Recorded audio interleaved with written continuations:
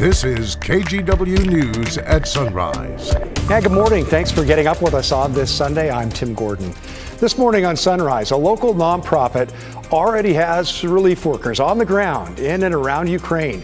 We'll hear from team members coming up. Plus, after pandemic setbacks, Portland's Saturday market is back. We have the excitement after a rough time downtown.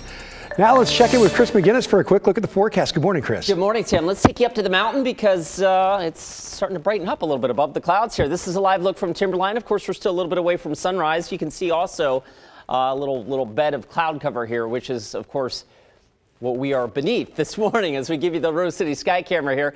It's dark, it's early, but there is some cloud cover over downtown Portland right now. Last check in PDX, we're 41 degrees, so we're actually a little warmer this morning compared to where we were yesterday at this time. Elsewhere, waking up to 33 in Hillsborough, 33 King City. So again, a couple of degrees warmer than yesterday. Hop across the Cascades. We're in the upper 20s right now towards Baker City, John Day. Burns right now checking in with 25. All right, the plan for today, cloud cover and fog this morning, and it may even take a little while longer to burn off today than it did yesterday. But once it does, I'll step out of the way because that's what you want to see. A glorious, sunny Sunday afternoon with highs in the mid-50s. Tim? We will take it. Thanks, Chris. Well, it is late afternoon in Ukraine. Let's check out what happened there overnight. Crews are trying to evacuate civilians from the city of Mariupol. It's one of two cities that were supposed to be under a ceasefire today so they could be evacuated. However, there are still reports of fighting after a similar ceasefire collapsed yesterday.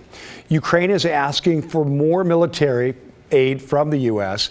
The country's president directly asked U.S. lawmakers to impose a ban on Russian oil and gas. Meanwhile, Russian President Vladimir Putin again warned Western countries to stay out of the conflict. He's also escalating rhetoric by saying the crippling sanctions on his country are a declaration of war. Another round of talks for ending the violence is expected to begin on Monday.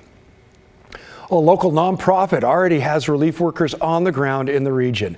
Medical Teams International is helping with humanitarian efforts. Kyle Aboshi spoke with team members working to get that help where it's most needed. Tigard-based Medical Teams International is responding to the evolving crisis in Ukraine with supplies and relief workers. The first few teams arrived in the region late this week. What is the first step in assessing the needs and the support you can provide in the region? It's never a very streamlined process, especially in the early phase of a response when things tend to be quite chaotic. Sarah Phillips of Medical Teams International is currently in Poland before heading to Romania. You know, you can read the news and think it may be one thing, and then you get on the ground and you realize it's something very different. Phillips said local churches, community groups, and the government in neighboring countries like Poland have provided aid. But soon they'll be overwhelmed due to the sheer number of refugees fleeing Ukraine. One thing I'm really struck by is just how the community is showing up and how these neighboring countries are showing up. Earlier this week, Roger Sandberg of Medical Teams International left PDX for the region. So a lot in the very beginning is coordinating to say who is needed where, doing what. And we know what we can do, which is provide immediate healthcare response. The nonprofit Medical Teams International has responded to conflicts around the world and provided help after natural disasters like earthquakes in Haiti. In 2004, we followed a medical team in Sri Lanka following a deadly tsunami. Refugee camps here in Sri Lanka are overcrowded and conditions have become deplorable.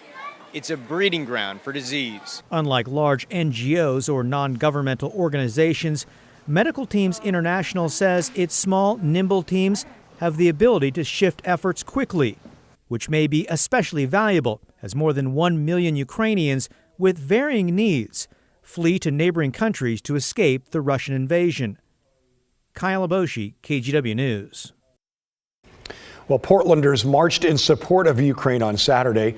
Dozens stood on the pedestrian crossing over I-205. People waved the Ukrainian flag, held signs, and sounded air horns. Many said now is the time to speak up. It is important because not everybody here understand and know what exactly is happening, how painful it is. Our family and friends are dying right now all around Ukraine in all major cities. This is 21st century. We cannot allow this happen in the middle of Europe. All the people we spoke with believe there needs to be more pressure on U.S. and NATO leadership to supply weapons and assistance to the Ukrainian military. Well, the Oregon Music Hall of Fame says local arts education just took a big hit. Listen to this. Someone stole 70 autographed guitars that were supposed to go up for charity auction. The organization doesn't have many pictures yet of the exact instruments stolen, but here are some examples of what was taken from a storage unit. The guitars are signed by famous artists and could sell for thousands of dollars. The money then goes to music scholarships and assemblies in Oregon schools. Talk about one of the most awful phone calls to get. It takes us a long time to procure all of these guitars with autographs. Really took a lot away from the music education assemblies that we give to those kids. Now, the Hall of Fame wants people to watch out for people trying to sell those special guitars online. If you see something suspicious, screenshot it and send it along to the Oregon Music Hall of Fame. We have a quick follow-up for you. Earlier this week, the University of Oregon announced plans to take over the old Concordia University Portland campus in Northeast. That campus closed suddenly about 2 years ago. Since then, it's sat there while legal drama plays out involving the Lutheran Church's handling of the situation. The University of Oregon plans to turn the school into an education center to train mental health professionals focused on children. Neighbors had concerns before the announcement, but are happy with this update. I'm surprised that it turned out this good. Yeah. I thought, there were lots of rumors about crazy stuff happening. Yeah. And then the worst possible would have been if they decided to tear it down and put it in a Walmart. Now, the U of O Concordia deal is pending approval by the school's Board of Trustees this month. If approved, the plan is to eventually move other classes from the university's current downtown home at the White Stag building. Well, after a rough spell for downtown Portland, this is some more welcome news. Portland Saturday Market is back. KGW's Alma McCarty checked out the market Saturday afternoon and heard from some very excited people. Saturday afternoon, vendors packed up and headed home at the end of what many would consider a successful day. I expected less. I really didn't have any expectations, and this has blown me away. Fears and concerns about the reopening of Portland's Saturday Market put to rest. Market manager Diana Gladden said she's not the only one feeling a sense of relief and a sense of joy. I've made it a point as the manager to talk to every single vendor here today, and that was my goal, and I wanted their vibe, their take, and just welcome them back. I've had random visitors and guests that have stopped by the info booth or pulled us aside and said, "We are so glad that you're here." Guests spent hours browsing the booths of more than 100 vendors. It's worth coming down here, you guys. The vibe has been really good. Everybody's been really good. Smiles on faces. As an artist myself, it's great to see other artists do their thing. Artists like Sienna. My style is like pointillism, where artists draw entirely with dots. I instead draw with data. I call the technique numberism. This is my most complicated piece I've ever made. It's drawn with mechanical properties for tendon, muscle, and bone. She calls the Portland Saturday Market a foundation of her business, a benefit to her financially and creatively. I moved to Portland to be part of Portland Saturday Market.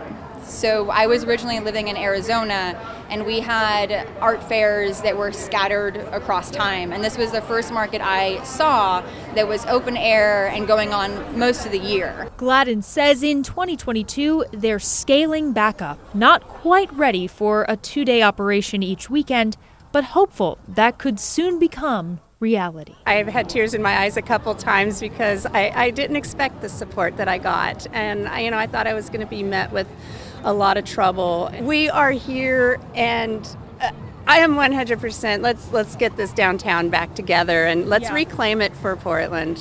Alma McCarty, KGW News. That is great to see. Well, across the country, local news agencies are getting gobbled up.